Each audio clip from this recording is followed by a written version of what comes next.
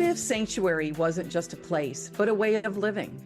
Welcome to the Sanctuary Network, your weekly home for conversations that awaken the heart, heal the body, and inspire the spirit. I'm your host, Mary Ellen Popyk, the creator of Spirit Fest and the Natural Wellness Expos. For 2 decades, I've been creating spaces, now creating a bold new broadcast for mind, body, and spirit, where seekers, healers, and teachers come together to share wisdom, laughter, and transformation. We've seen what happens when communities gather. People become enlivened. Now, through the Sanctuary Network, that same spirit is reaching you, wherever you are in the world. Each week, we'll sit down with thought leaders, authors, and everyday visionaries. We'll also shine a light on the grassroots voices of the sanctuary marketplace, the healers, vendors, and practitioners who make this movement thrive. This isn't just another show, it's your sanctuary, a space to pause, reflect, and reconnect with what matters most. So, take a deep breath, open your heart, and join me. Together, let's step into the sanctuary. Good evening, everyone. I am so excited to be here with our very special guest. And often we begin with current topics, what's going on in the world, and we're going to do that after 9 o'clock. We'll do that after the top of the next hour, along with our conscious business tips as well, because I just want to jump right in and introduce Dr. Raymond Moody. He is literally the pioneer of life after life. I believe he coined the term near-death experience based on his work. He's a philosopher, psychiatrist with a double Ph.D. in both of these, and also a medical doctor in his spare time. So he has done so much research about death, about life after death, about near-death experiences, and we have so much that we could talk about. Tonight's topic is going to be the language of consciousness, but I really would invite anyone to call in over the next hour, 800-930-2819, if you have any questions for Dr. Moody. So let's just jump right in. There you go. Literally, where do we? So Life After Life, your organization, is literally about the scientific and spiritual exploration of the afterlife.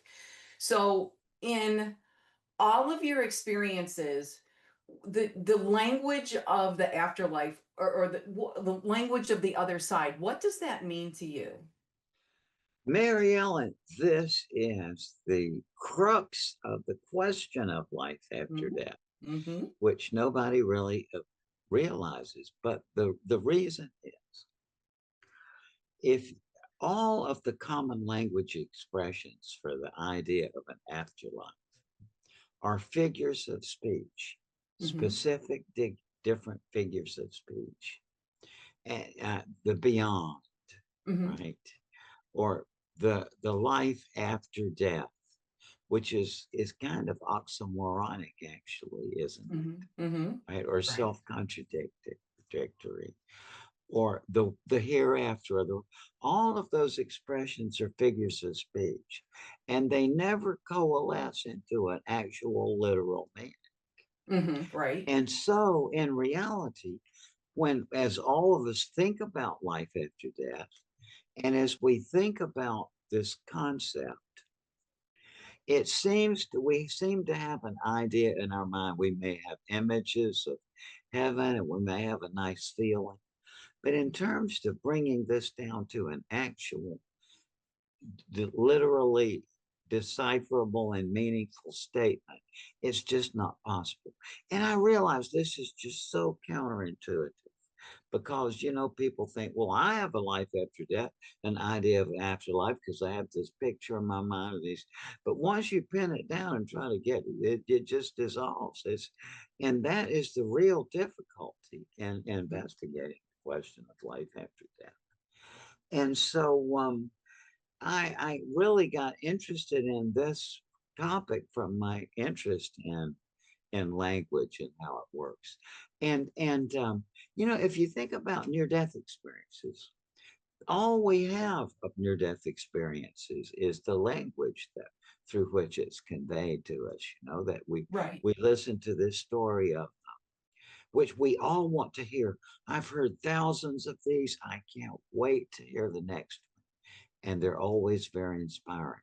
And this pattern is people will say that when they heard the doctor say, oh my God, he's dead, or we've lost her, or words to that effect, they say their experience opens into something that no matter how educated they may be, no matter how articulate they may be, no matter how many different languages they may speak, all over the world, they say there are no words for this. This is just beyond words. It is impossible to describe or put into ordinary words.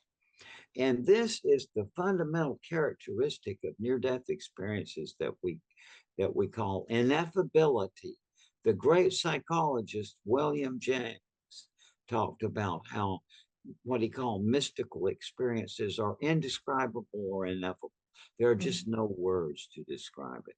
But nonetheless, people who have these very powerful experiences, you kind of want to express it, right? When something like that happens to you.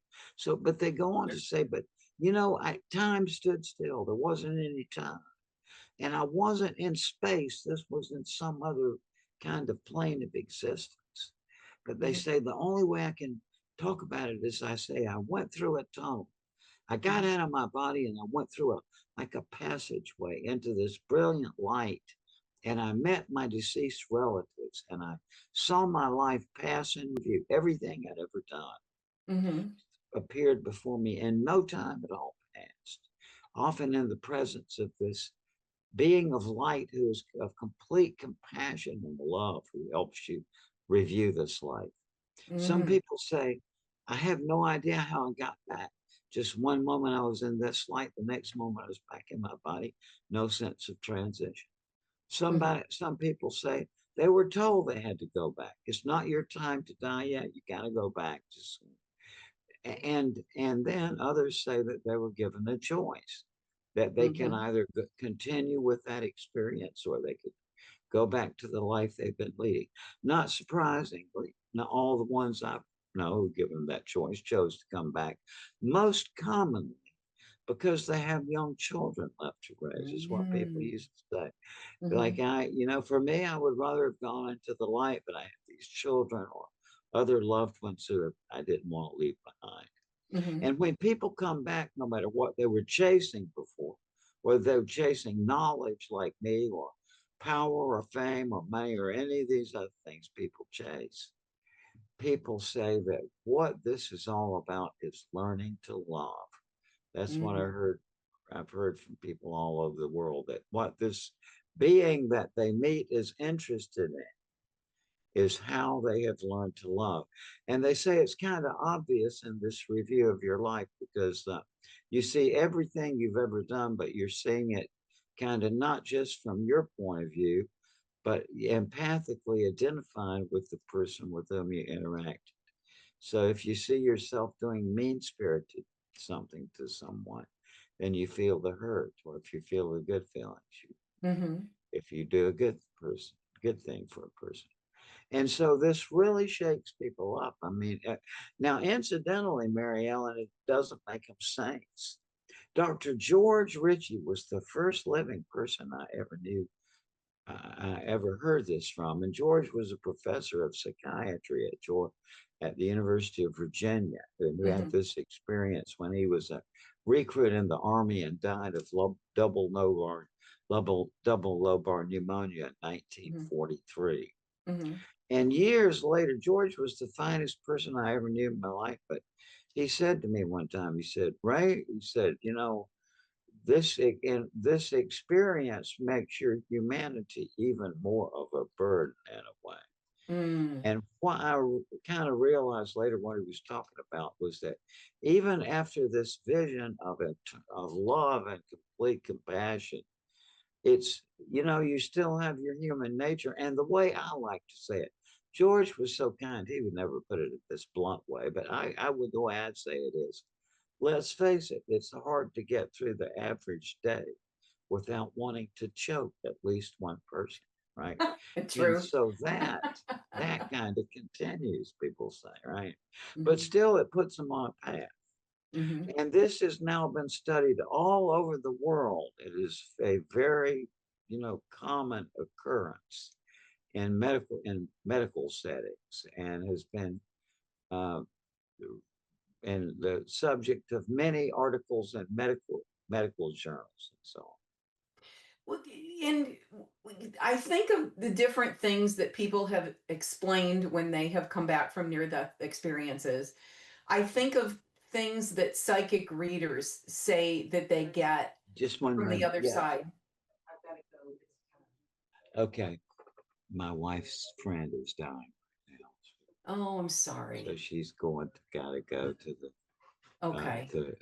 yeah, but listen, I'm all right. This has been going on for Okay. months. Okay. Yeah, I told you I It's, prayed for your friend, and I'm very yeah, sorry. yeah. And again, it's I'm gonna go back to what we talked about earlier in just a second. So the what people have explained in the different words that they can use to explain what they experienced, and I hear psychic readers find different imagery, a sound, a sight, or a smell to explain what spirit's going to be telling them. And I'm even thinking of things like mirror gazing when we meditate and we go into that state, the messages that we get. Is it fair to say that the language of consciousness is symbolism? I think that, first of all, to think of it in terms of the broad picture of language. Before philosophy came along, language was just language. People had never stepped back from it and studied it.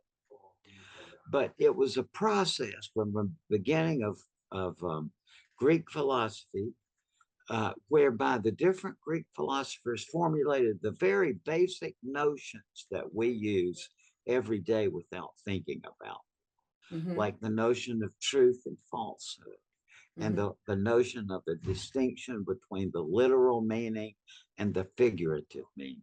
Well, Mm-hmm. that's but the notion of truth, for example, the notion that some things are the case independently of what anybody thinks about it, Mm-hmm. was formulated by a Greek philosopher named Parmenides in about 500, 500 BCE. Sensationally, as a result of his trip to the underworld. Mm. You see, the history of logic may sound like such a terribly boring subject, but hey, folks, there were these Greek institutions known as oracles of the dead, where Right. they had various techniques for evoking spirits of the dead. And a practitioner at one of these kind of institutions was named Parmenides. Mm-hmm. And on one of his trips down to the underworld, they thought of the underworld as the afterlife, Mm-hmm. right? He was abducted by a goddess who sang him a song.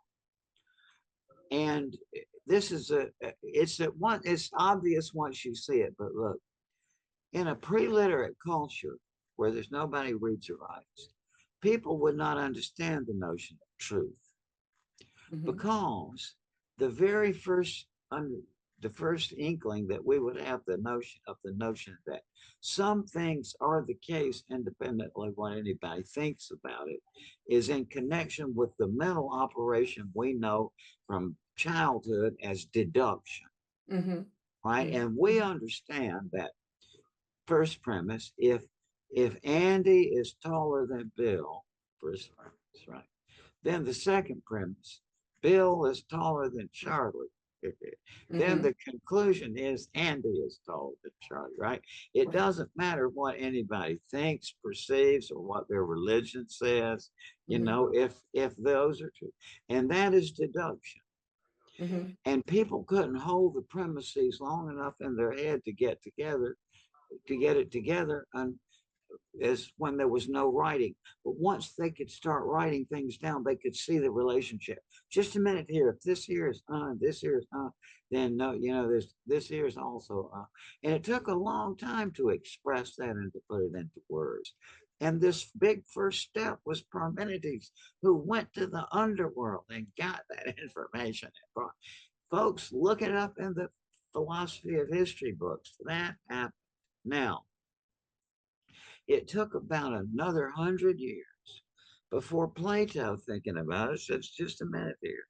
We know from Parmenides that some sentences are true, which means they are the case independently what anybody thinks about it. And he said, by the same token, these other sentences are not the case no matter what anybody thinks about it.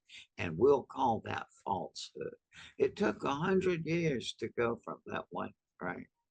But yet we just accept this as something that just has always been. But no, it came here from these people who had out of body experiences, who went to the underworld and like Pythagoras and saw the afterlife. Anyway, so then Plato then said, when a statement that is true or false, that has literal meaning, that's what literal meaning is. And he says there's all these other things, figures of speech or the figurative domain of language. And they like metaphor and simile and all these, and they're kind of in the middle. But Plato said there's another important domain of language too, and that is the language that is unintelligible and meaningless, which we call nonsense. Because and people hate that word until they think in just a minute here. I'm talking about like Dr. Seuss and Lewis Carroll and Edward Lear. Dr. Seuss's books have sold over 600 million copies as of about 10 or 15 years ago. All right. So, and you think of Through the Looking Glass, who knows, or Alice in Wonderland, who knows, or Shel Silverstein from the Modern Kids, right? So this is a very important dimension of language. But even though it's still important in the literary side of the world, because of Aristotle was just an uptight guy. I mean, I love him to death, but he was just, this was too much for him. He had to stick with, no, like, there's nothing to nonsense. And so he knocked that out of our thinking process.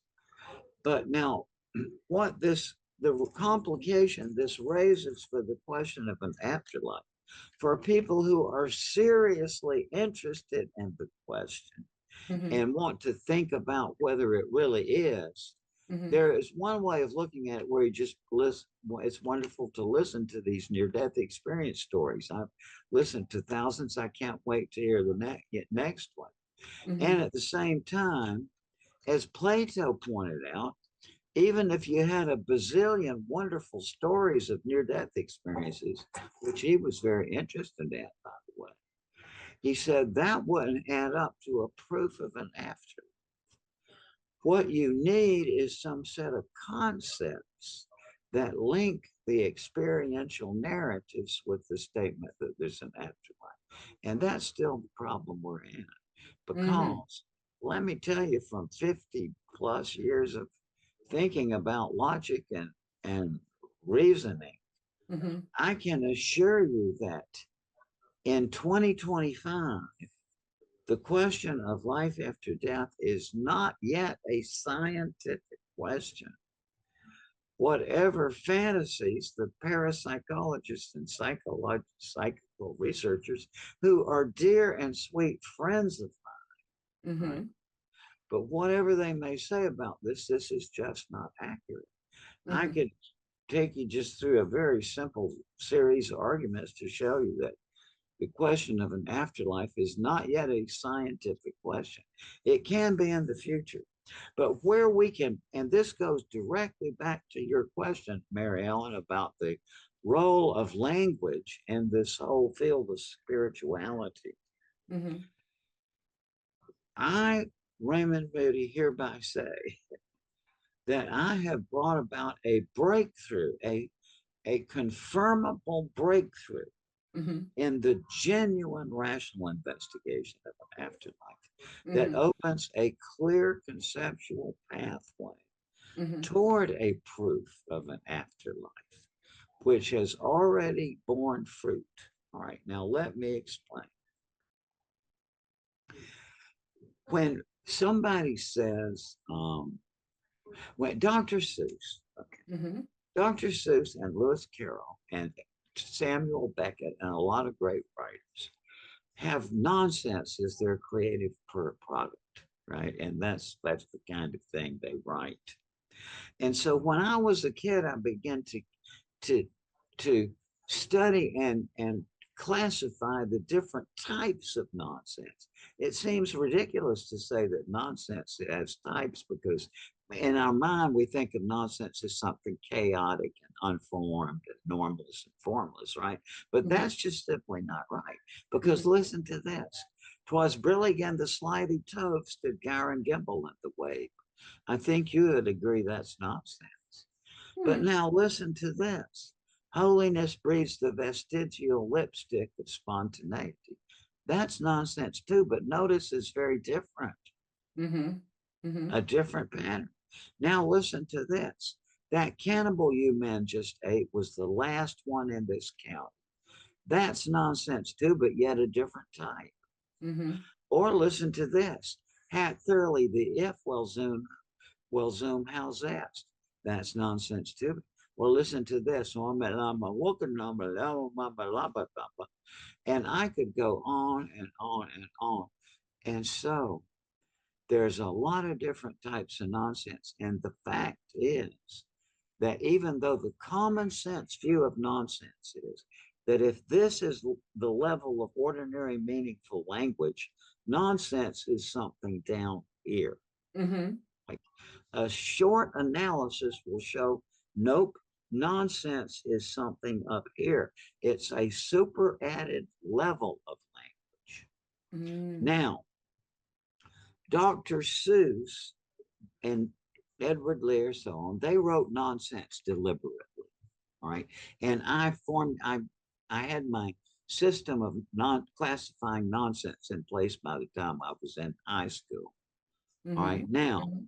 when I got into medical school, I made a startling observation, and that was that when I went around on the ward and I saw my different patients, I realized that sick patients talk nonsense too, but they don't Really? realize it. Right. Dr. Seuss realized, but the patients who are delirious or who Mhm. are schizophrenic or who are under severe stress or who Mhm. are intoxicated by mercury or even under ethylene gas, which they use for an anesthetic, will talk nonsense. Mhm. But this is different from the type, it's the same types of patterns. In other words, the patients who would talk nonsense deliberately, I mean, involuntarily, when Mhm. they would talk nonsense, when they were delirious, they talked the same types of nonsense that Dr. Mhm. Seuss and others wrote deliberately. See what I'm saying? That Mhm. nonsense is nonsense, regardless of whether it's involuntary or deliberate. But now there's an immediate intermediate case that is very important, and that is somebody can talk nonsense um, inadvertent. For example, the coach comes out and says, "You guys pair up in threes." Well, that's nonsense, right? Right. Right. Presumably, if you say to the class, to the coach, just a minute here, coach, pair up means twos. Because he's in a clear state of mind, he will get it, and he will shift the. All right, now that same thing happens as I have already demonstrated when people have a near death experience, when they already have these rules of thinking about nonsense in Mhm. place. Mhm. Right. And so somebody who goes into a near death experience without this logic of nonsense talks about it as a travel narrative. I got out of my body and I went through a tunnel. Mhm. But Mhm. just a minute here, travel narrative doesn't have a meaning if there is no time and space and if the words aren't right. Right. Right. See? And just so you know, So we've got about a minute and a half before we need to go to the next break. no. So the So nonsense is anyway, the language. It's one of the languages of the other side. yeah. Yeah. And so anyway, but I can bring this to a conclusion and about, at the over the next segment, and I'll show you why you can use those facts to prove that there's life after death. And it is very deep and very profound. And that was going to be my next question because your book that you just published the last one in 2023, Proof of Life After Life. That's what everybody wants to know is Yeah. Dr. Raymond Moody, who studied this for 50 years, what do you think is proof of life after life? So Sierra, let's go to break and we'll find out when we come back.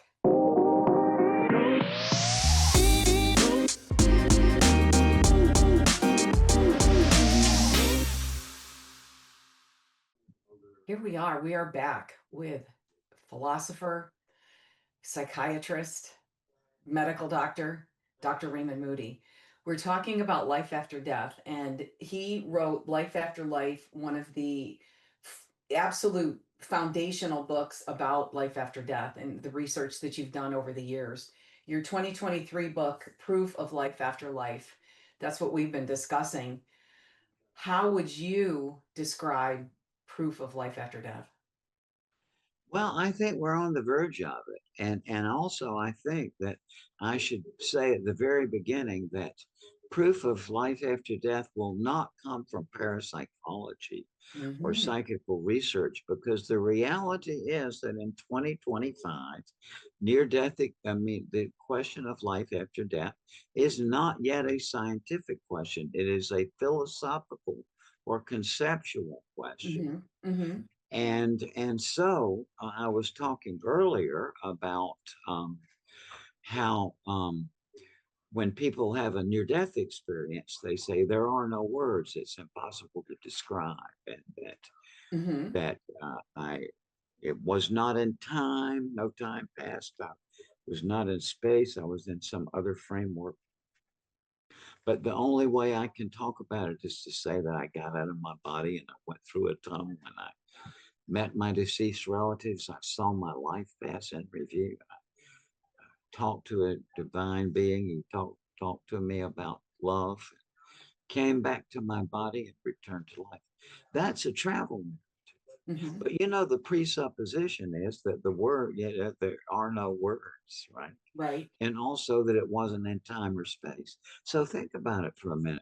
What meaning does a travel narrative have Mm-hmm. if there's no time and space? Mm-hmm. But when Lincoln was president, there was a very solemn state ceremony. I forgot what was going on, but people were gathered around in a very solemn mood. And Lincoln's Park called for him to mount a horse and to lead a procession away from this scene. But right there, with all the people gathered around, Lincoln mounted the horse. But when Lincoln did, the horse picked its own back hoof up and got it caught in the stirrup. Mm-hmm. So the horse was dancing around. Everybody was shocked into silence. Oh, poor Mr. Lincoln, how embarrassing. Mm-hmm. But Lincoln just looked down at the horse and he said, well, if you're getting on, I'm getting off. Now, if you think about it, it's nonsense to say that a horse could get on its own back by putting the hoof in the stirrup and climbing forward. But Mm-hmm. nonetheless, you got to admit it creates a riveting, very vivid image of Mm-hmm. that very motion in your mind. And people just dissolved into laughter and the tension was broken. And in science, nonsense is very important because it is a placeholder. Mm-hmm. Just to give one example, Mm-hmm. at the current time of history, the most powerful physical symptoms ever devised are the general theory of relativity Mm-hmm. and the quantum theory.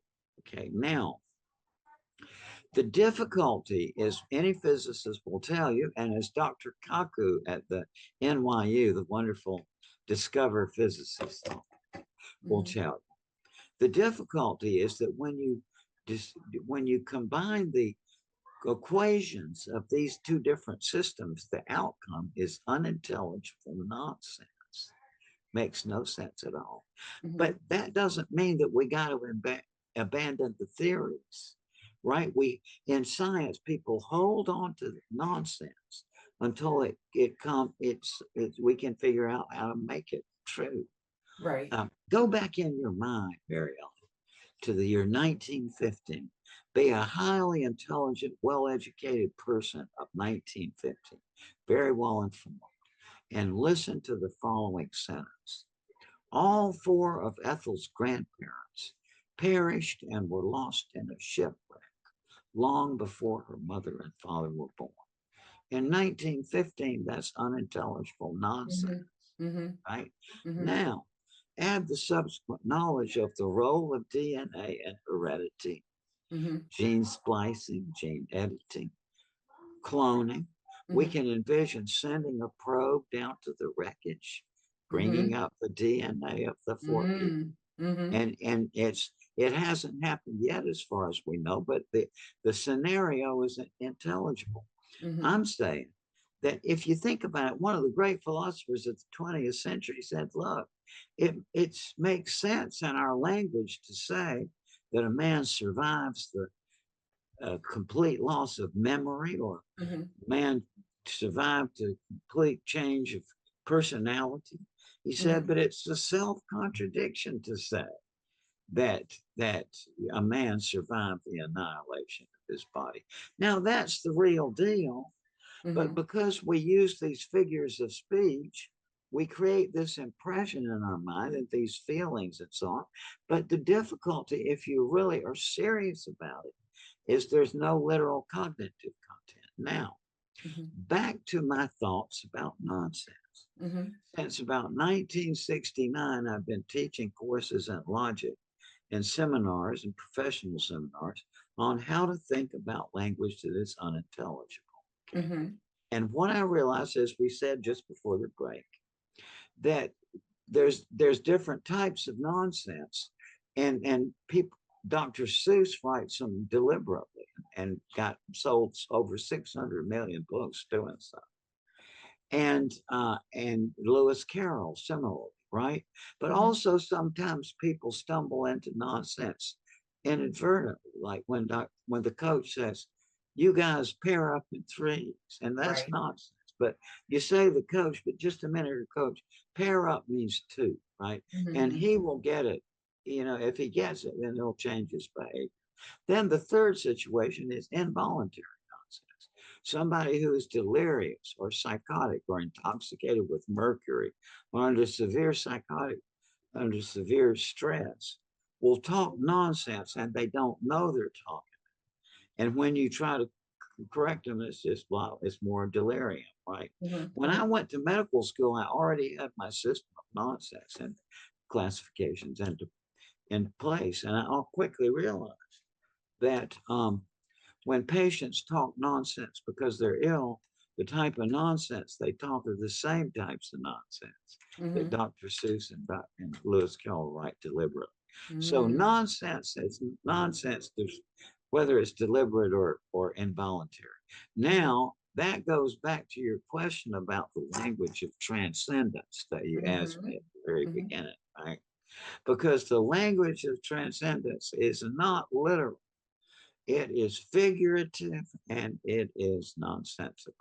And Mm-hmm. that's right. You think of the Christians with their glossolalia, right? The utterance of nonsense syllables over and over and over until you reach an ecstatic state.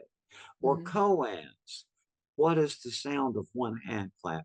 An intentionally nonsensical question, which by trying to process it logically, the student will be tripped over into another state of consciousness beyond logic. Right Right. now, I knew all along that eventually somebody who'd taken my nonsense logic would have a near death experience, and I anticipated what would happen would be Mm-hmm. that when they tried to formulate their near death experience, as I got at them, there are no words. I got out of my body. I went through a tunnel, and there was no time, no space. They would realize that that is unintelligible, right? Mm-hmm. And so they would, just like the coach, they would change their way of articulate. Now, it's already worked once to my knowledge, and probably other times, but I'm on a different way of thinking about this now. But anyway, we already have thousands of cases of near death experiences that are described through the Aristotelian logic of literal meaning, which makes it a travel narrative. Now, Right. future people will see the difficulty of that way of expressing it. So they will articulate it in a new way. And by lining up and comparing these two different accounts, this gives us what astronomers call parallax. Now, it's 4.3 light years out there to Alpha Centauri. And so far, the homing pigeons they sent out there with the odometer have not gotten back. Yeah, So I've mentioned that. how did they figure out that it's 4.3? Well, by 1838, they knew from Newtonian mechanics that it's 186 million miles across the orbit of the Earth around the sun. Mm-hmm. And the measurements were accurate enough that they could measure the angle to Alpha Centauri here and wait exactly 6 months and measure the angle again. And that would be a difference. Mm-hmm. Just like in your high school trigonometry, you can figure out the distance out there. Now we can do this a similar move with this new logic. Mm-hmm. And it's already happened once that this man, it's the so funniest thing, this guy, one a sweet, wonderful man who is both an accomplished and eminent sculptor, but also an eminent scientist and physicist who worked with the bell of the Bell theorem, and also incredibly knew Philo Farnsworth, the wacky Mormon kid who out plowing the field and realized that that's how to transmit television, right? Like the scanning, the going across. And so he was the guy figuring out the scanning of television. So this friend of mine, he knew them both. And and then some years ago, he took my seminar on nonsense. And then subsequently, he had this a horrible thing, H1N1, in the hospital for 60 days, 3 cardiac arrests, lost his leg to gangrene. And coming out of the hospital, like, call me in weak voice and tell me about his near-death experience he had during this horrible illness. But anyway, then in the midst of this, he said, and Ray, he said, his voice turned tempo, like changed energy, and said, and Ray, he said, while I was over, my mind went back to the nonsense. And he said, and I saw that what you're saying is true. You can't comprehend how that world is connected to this world unless you can take the unintelligibility axis into account.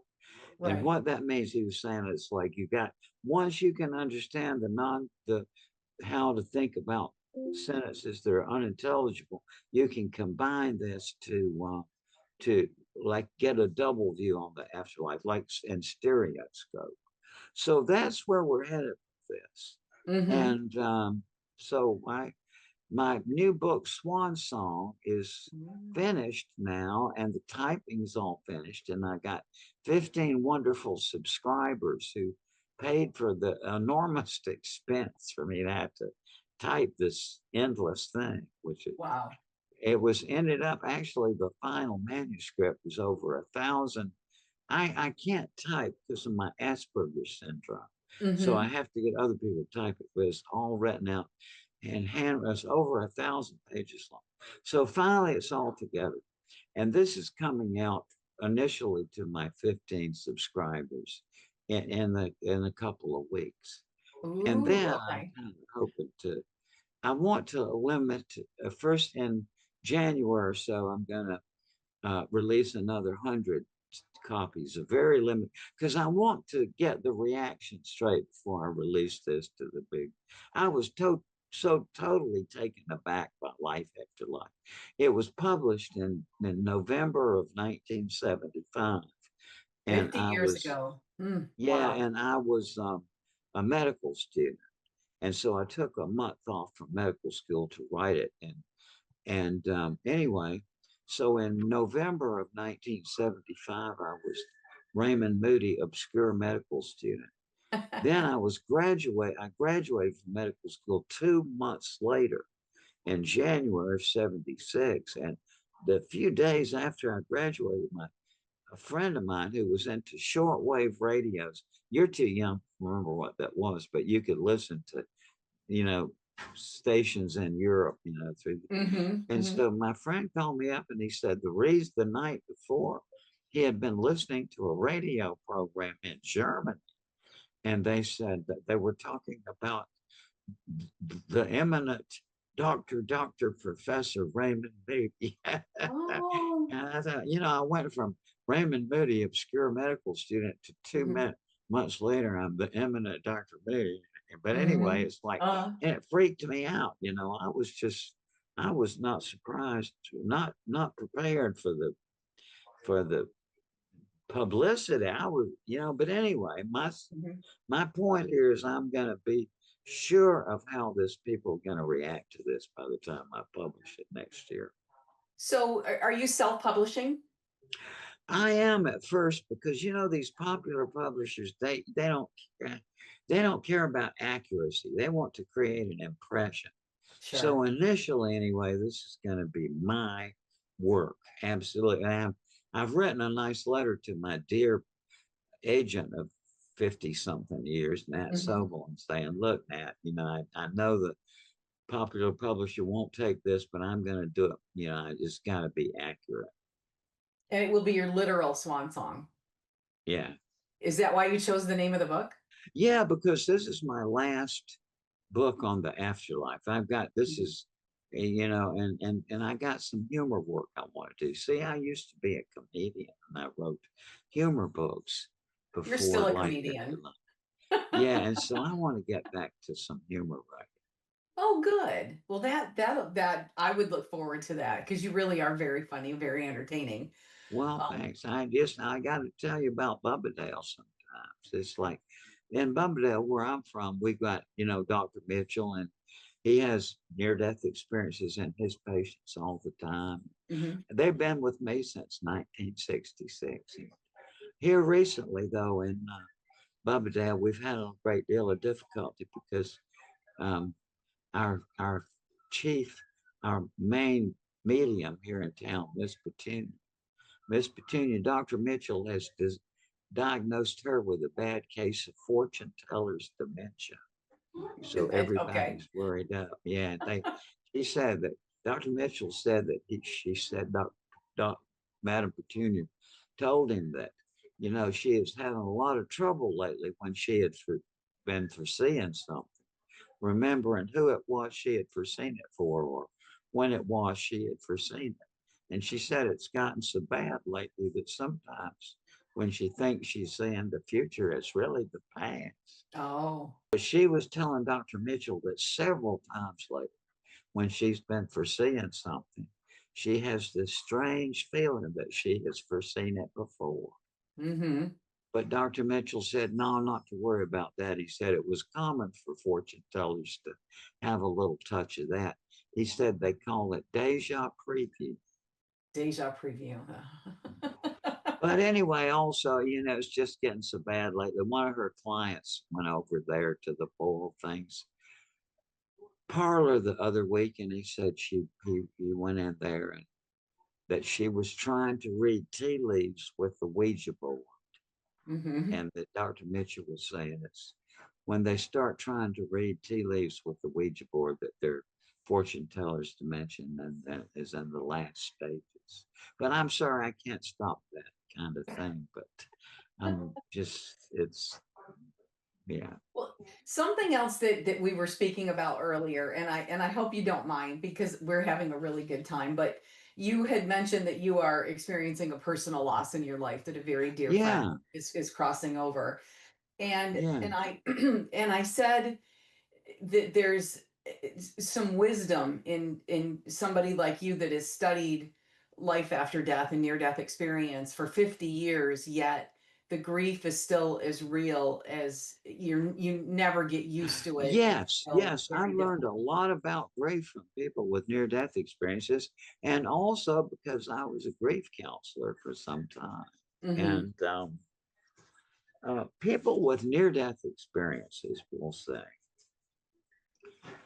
that, in a way, their knowledge that their loved ones are still alive on the other side Right. makes the grief even more acute. And this is why. Mm. Religious people who say, oh, the Bible tells me that, grandma's in heaven, so I'm not going to worry about it. Mm-hmm. Ha ha ha. Yeah. Right.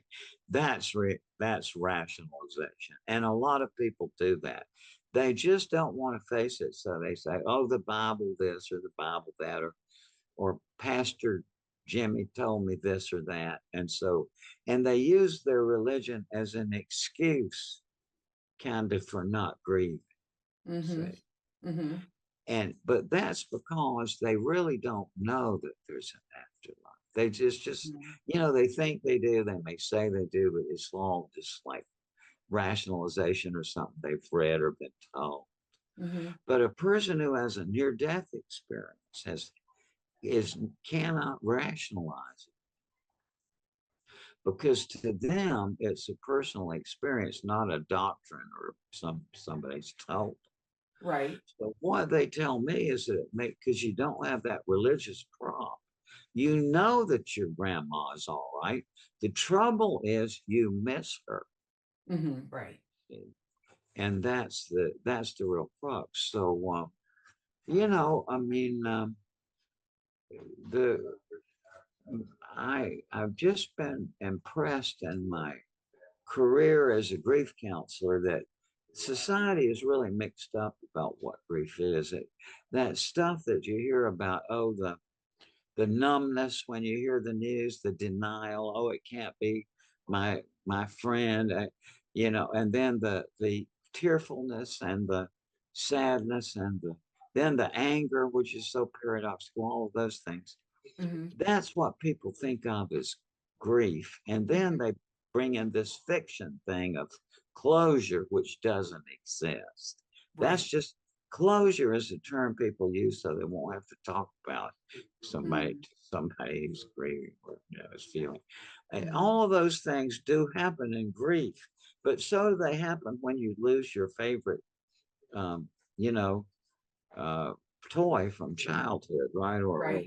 your house burns down, Right. that are not lost. What I think of as grief in the specific symptoms of it is the kind of thing which people come to me and they say, Dr. Moody, I must be losing my mind. And that is the herald of what I call the specific symptoms of grief, the ones people don't even think about, Mm-hmm. but that are such that they drive the person to come to see the doctor because they think they're mentally ill. And that's what happened all to me. Dr. Moody, I must be losing my mind. Why? Because Uh-huh. I know my sister died. I know that fully. But the other day I was in the shopping mall and I saw a person in the crowd who from behind looked just like, and I knew it wasn't my sister, but I had to force myself to run through the crowd to get, turn around. Yeah, it's not her. And or or they bring like a friend of mine years ago, a family friend, a family of friends. The Uncle Willis or whoever the grandpa was had a sudden change of personality, Mm-hmm. and so I, what's the problem here? Well, a sudden change of personality like this in somebody this age, it's usually something organic. And so let's get a brain scan. And sure enough, it was, I forget what, but a organic condition. Mm-hmm. Now flash forward a few years, and the um the daughter of this man, uh, no, the husband, the wife of this man died, the matriarch, Mm-hmm. and the matriarch had been this snappy, mean spirited, cranky person nobody wanted to deal with. Mm-hmm. Whereas her daughter was the reverse. Like everybody loved this very sweet woman. All right. So Mhm. Mhm. then a few weeks after the death of mom, Mhm. the daughter starts snapping at people in the grocery store, like Mhm. yelling at people and so that everybody in the family go, uh-oh.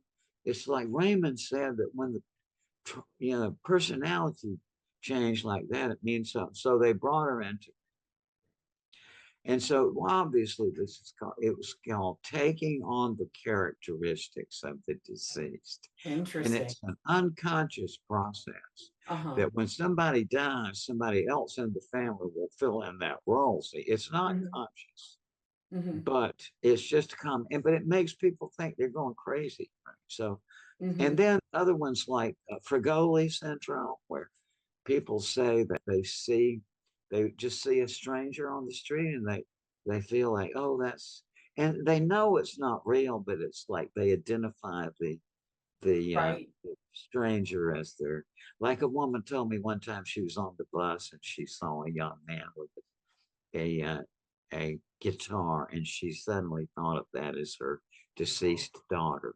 And Mm. then later in the day, when she went uh, to the pharmacy, she saw the young man behind or the Mhm. young woman behind the counter as her daughter, knowing full well it wasn't. You know, Right. and then the wackiest of all of the anniversary reactions.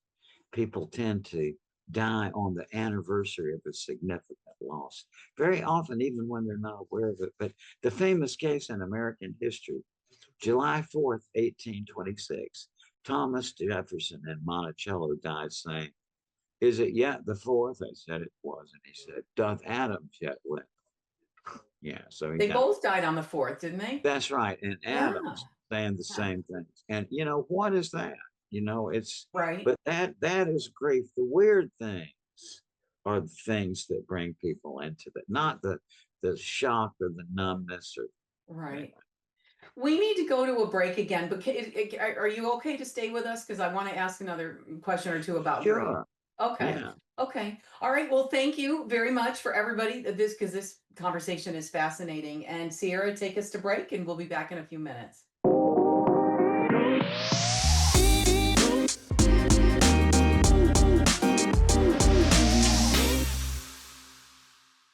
Welcome back, everybody. We are having a fascinating conversation with Dr. Raymond Moody, philosopher, psychiatrist, medical doctor, and who has spent a lifetime documenting near-death experiences and proof of life after death.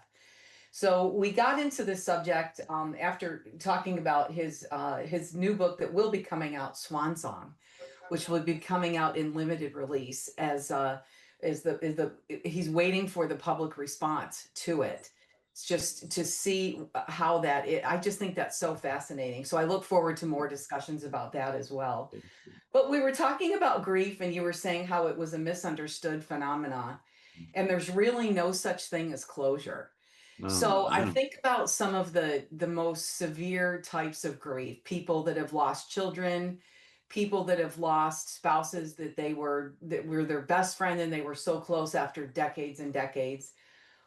How do you help them? How do you suggest that they go on to so that they don't feel like that sore is just right at the top of the surface all the time, so that they're not constantly in a state of grief? Well, you're talking about an acutely grieving person or a Yes. chronically grieving person. After decades, after that it Oh, just yeah. really never Well, goes away. I don't know. I just really don't have a solution for it because I lost my first child to death at age 36 hours, Aw. which for us was 9 months, right? Mm-hmm. In Mm-hmm. 1970. And Mm-hmm. in 1970, people didn't talk about grief. And when somebody died, a wall of silence Mm-hmm. went down. Mm-hmm. And people, kind of moved away from you because they felt it might be catching or something. Mm-hmm.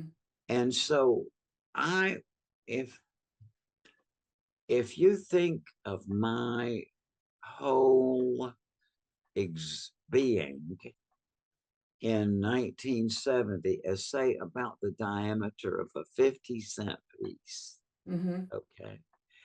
That I was like about that kind of circle. Suddenly there was an eclipse, but I didn't know what happened. It's like, imagine that circle of light was just suddenly eclipsed by a black blob, all Sure. except for a little edge there.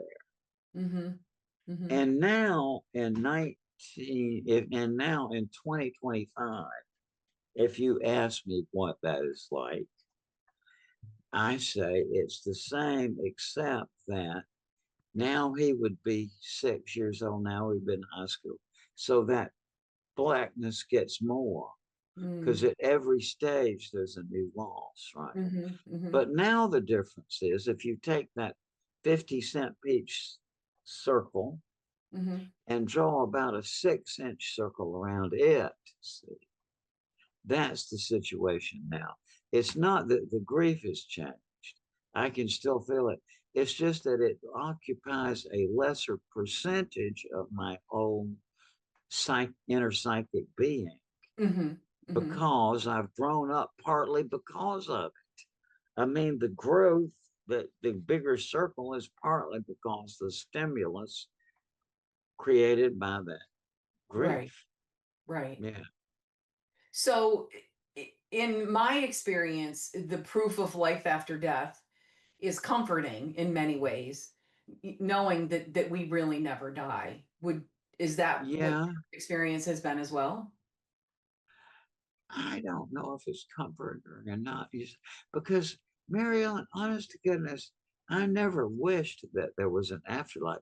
I mean, I didn't wish not, but like I was raised in a circumstance where I was essentially isolated from religion, thanks to my wonderful father who didn't Mm-hmm. impose it on me. Mm-hmm. And anyway, it's a long story, but when I went to college, my view of the afterlife was it was I didn't understand really that it was something people took seriously. I Mm-hmm. thought it was like a premise of a cartoon or a movie, and it was something people played with as a fantasy. Mm-hmm. And I knew about religious people.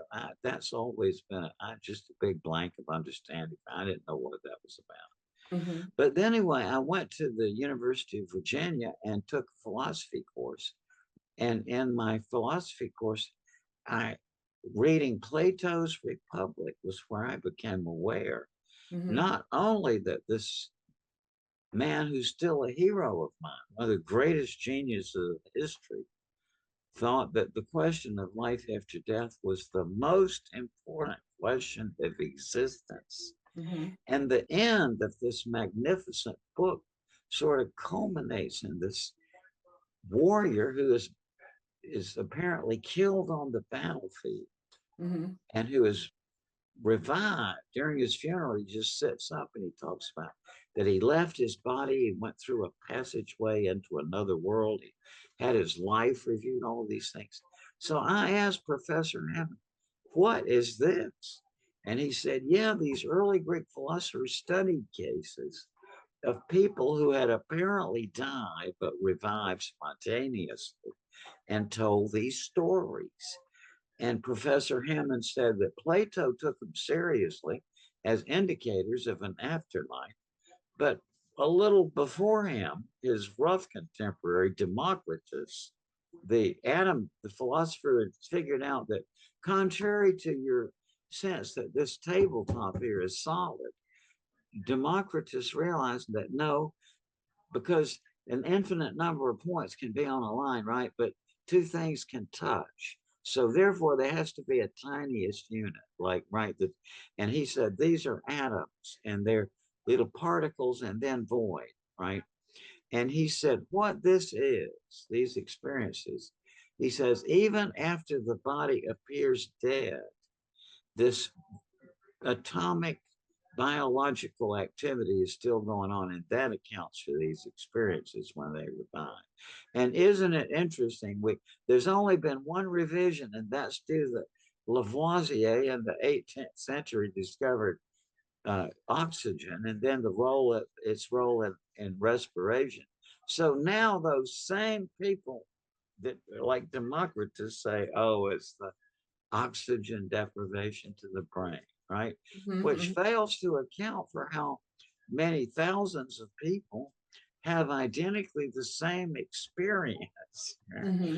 not when they are oxygen deprived, but when they're standing there at the bedside Mm-hmm. of somebody else who actually does pass away. The Mm-hmm. bystanders say, as grandma died, I got out of my body. I went part way toward this light, and then with her, and then I came back to my body. I saw the apparitions of my dying uncles, friends, The and relatives. bystanders have these experiences? What? The bystanders have Oh, these? yes, absolutely. Wow. These are called shared death experiences, including, Mary Ellen, plenty of cases where the bystanders report empathically co-living the dying experience of the person who passed away.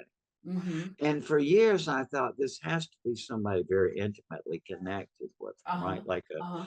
Like parents who told me that, like mothers who told me that as their sons were dying, they had these, and a woman who had one of these sturgay relationships, as you call it. It's like when two people are raised together as kids and friends, and they grow up, like his neighbors and friends, that they just naturally evolve into a marriage. It's one of the hardest things to deal with from a grief situation.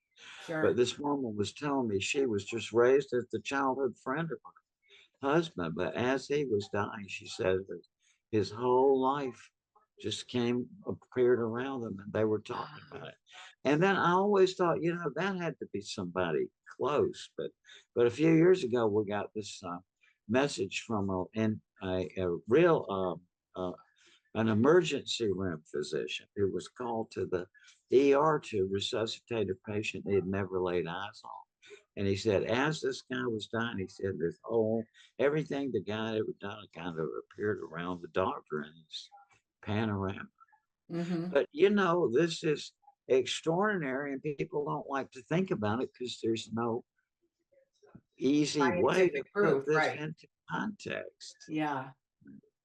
Wow, that's fascinating. So, and that's to me, when you can cross over the science and the spirit, that's when, that is just super There profound. you go. And there's a kind of argument that's very famous in philosophy that I call logico-spiritual exercises. And if you think about the common sense view is that logic is over on one side and spirituality is way, way over on the other side. Mm-hmm. Right. Yeah. And it's so funny that it's ignorance of history that keeps people into that view, because the very notion of the fundamental concepts of logic, as I mentioned earlier, Mm-hmm. came here from the other side, folks. That's the reality. Mm-hmm. And Mm-hmm. that some of the great important arguments of history have have blended logic with spirituality. Mm-hmm. And that's the kind of argument that we need or kind of proof that we need for the afterlife. And we're on the way. I Mm-hmm. mean, mark my words, folks, because, and test me out. My book's going to be published in a few months here. I invite and encourage people to try to find flaws in it, Okay. because if my readers find a mistake in it, then I am benefited Mm. because I see my mistake and I get closer to the truth. Mm-hmm. On Mm-hmm. the other hand, if I rather anticipate this will happen, Mm-hmm. that people won't be able to find a major flaw in it, Mm-hmm. then we are on the verge of a whole new way of Mm-hmm. thinking about the afterlife. In a way, the afterlife, Mary Ellen, is coming here. Think Mm-hmm. about it. If you go back to 1950, near-death experiences occurred as they had throughout history, but they were extraordinarily rare, because the what was the chance that a person who came close to death was going to be revived? Not much. Yeah. However, Okay. in the 1960s, Mm-hmm. cardiopulmonary resuscitation Then Yeah. it takes off. Then there's one in every department store. Mm-hmm. So That'll in change our about paradigm. Yeah. the late 60s to the early 70s, what was once an extraordinarily rare phenomenon Mm-hmm. became commonplace. Mm-hmm. And now it happens all the time, so much so Mm-hmm. that I think almost every person in the United States, anyway, has to know somebody who's been to the other side. Mm-hmm. Mm-hmm. Right? Yes, I Yeah. mean, you may not know that you know them because Mm-hmm. they may be reluctant to talk about it, but everybody does essentially know somebody. Now, Mm-hmm. that means that a set of nodes are created on the earth where you can talk to somebody who's in touch with, because once somebody has this experience, it never goes away, right? It's still in them. Right. Right. So it's like a network is forming where it's easy to talk to somebody who has had a personal experience of the Mm-hmm. other side. Let's Now go that's down the rabbit changing. hole just a little bit further, because we touched on this earlier during the break. Philosophers have been discussing, they've been having conversations just like you and I are having right now for more than 2,000 years. Yeah, These same discussions of, yeah. is life after death? What is the meaning of life? Mhm. You were saying you think that in the next 100 years that our paradigm is going to shift Yeah, greatly once yes, we. because I've already done it. And Mhm. it's fun. I mean, I've had a lot of people, smart people, including some of some of the nicest people I've ever met are in the intelligence community. And Mhm. if anybody could really realize what the CIA that I have experienced really is, it's, Mhm. I'd always thought of James Bond jumping out of airplanes or no, they consulted me, these very sweet people, a couple of times. And no, I can't imagine these folks jumping out of airplanes, but they are what I call nerds, right? Mhm. Mhm. Very nice nerds with the big, thick glasses who talk like this, know everything. But the nicest folks. And the fact that they had me back on this a couple of times, and they could have made a mistake once, but not Mhm. two more times. So they didn't say it in so many words, but or one of them kind of, but it's like I've come across something here that is not going to be received kindly at first by the parapsychological or Mhm. or um or uh, psychical research Mhm. wing, Mhm. but will eventually hold up because it's already worked. Right. Right. So you were saying in the next 100 years that part of what is going to kind of inspire this evolution is going to be once we realize or that we know proof positive that we are not alone in the universe. That's right. It's the a rational proof of an afterlife, to use that way of putting it, will necessarily change the human mind, and this is Mhm. why. Mhm. Um, if you look at the history of the development of this concept in Western philosophy, it was a couple of 100 years development, but it kind of got crystallized with Plato's Phaedo, which is his dialogue about the afterlife. And when the Christians got started, they had to have some statement about the afterlife, but in reality, there was not much in the Jewish and Christian scriptures to go on. So Mhm. they adopted Plato's Phaedo as the theology of the afterlife. It sounds counterintuitive, and a lot of so-called Christians, no, no, yeah, dang it. But you look at it like you look at the history, that's what happened. Mhm. And so then there went through a couple of like 1,000+ year period there, see, where you better not talk much about this. Mhm. Mhm. Say, because that they made that stake out there pretty permanent, right? And so Mhm. and so so. Um, but once things opened up a little bit, and the people came out from under the terror of that regime.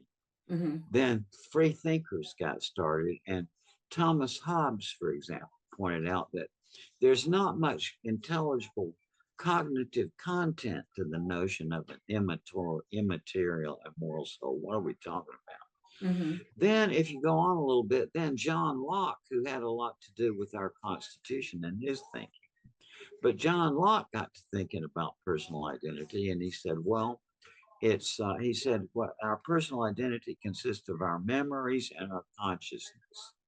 Then the great skeptic David Hume, a couple of hundred, like 100 years later, said, when I look inside of myself, I don't see any permanent substrate. It's just the passing impression of the moment. So Mm-hmm. the modern psychological view that the self is an illusion, Right. and so we got to revise our. Man, I think that we can do this. It's like my take on the personal identity is that your personal identity is your story, Mm-hmm. Right. right? Mm-hmm.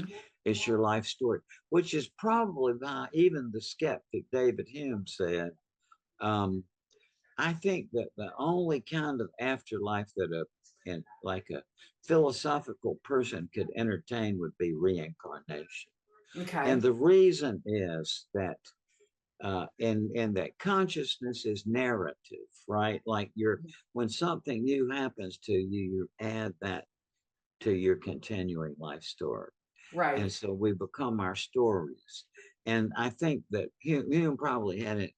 I don't know that he said it, but since he was a historian, he understood the role of narrative in human Right. affairs. And so that was what Right. he was getting at.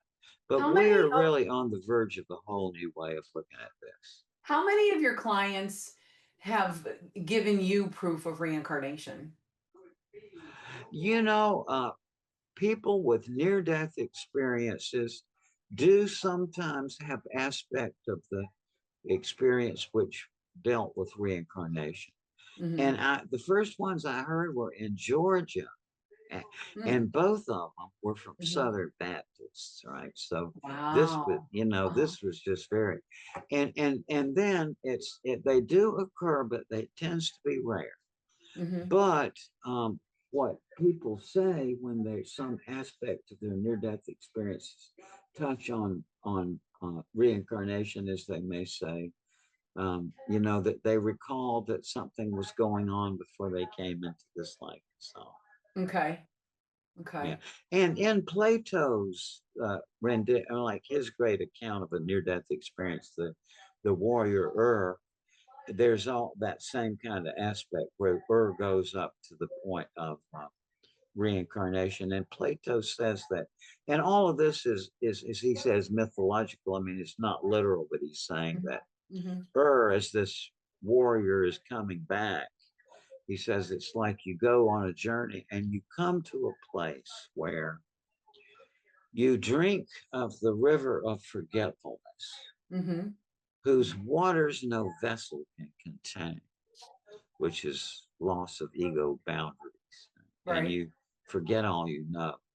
And what Plato was saying there, which is, I think, it's very interesting, he's saying that what separates that world from this world is an event boundary.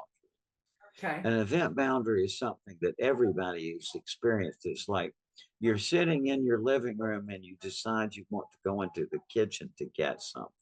But Mm-hmm. as soon as you go into the kitchen, walking through the door, you forget what you Mm-hmm. came in for. Uh-huh. And that's, an event boundary. Been there. Yeah. um the Plato. We've spoken a lot about Plato. Atlantis. What are your thoughts on that?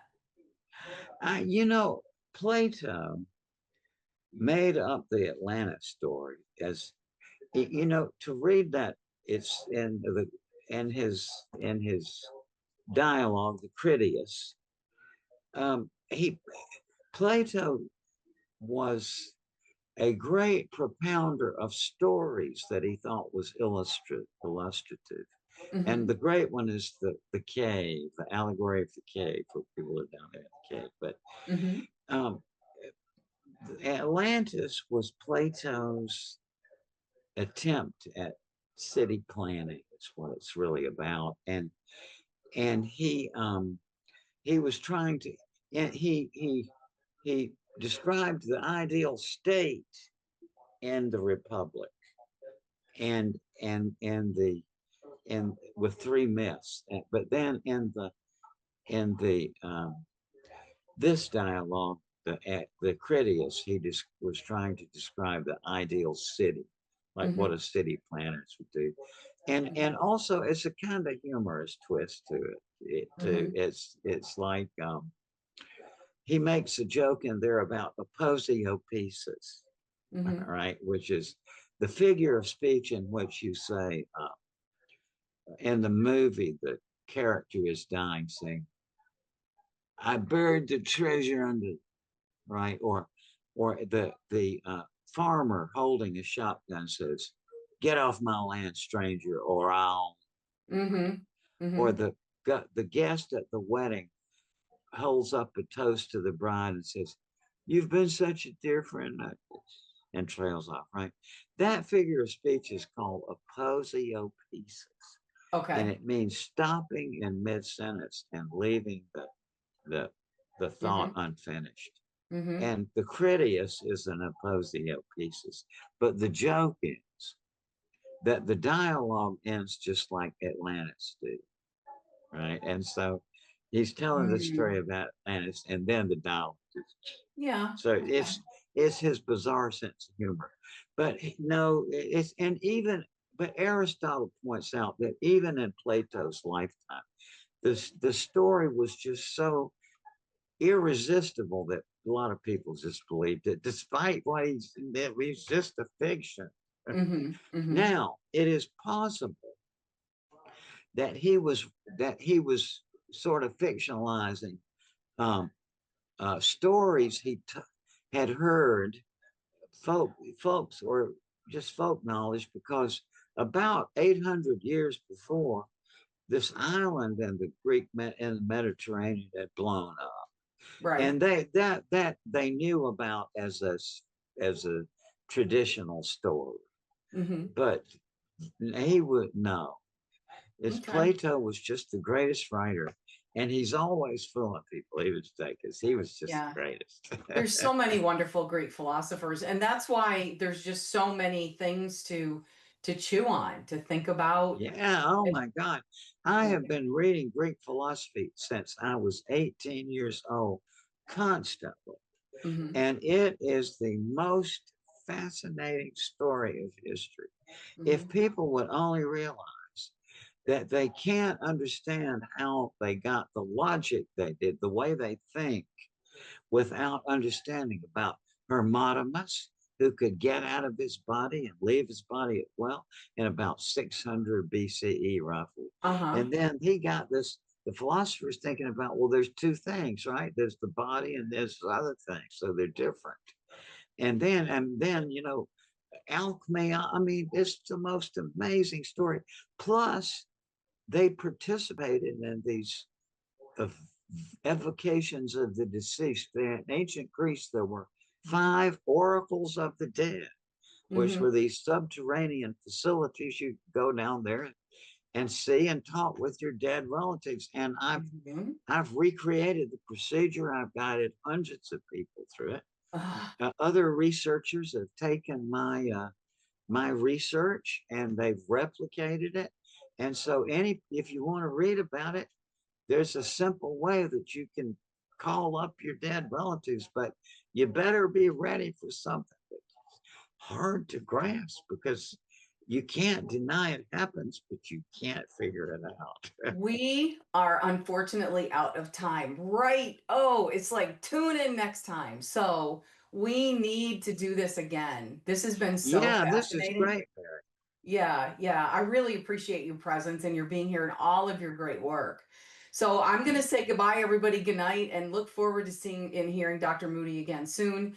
Next Yeah, and I Wednesday. want to say to the people, thank you so much for listening in. Just Oh, hope yeah. you got something for it. Yeah, and then I'll give you the link and we'll have this on replay too. So All the right. next two Wednesdays are holidays, but they'll be recorded, but we will have new shows. So We'll set a date, Dr. Moody, when we can do this All again. right. Yeah, and thank you Terrific. everybody for listening. Thank you for spending this time with me here on the Sanctuary Network. Tune in every Wednesday at 5 p.m. Pacific, 8 p.m. Eastern on the Transformation Network as we gather to share stories, wisdom, and practices that remind us of something essential. Sanctuary isn't just a place you go, it's a space you create in your heart, your home, and your daily life.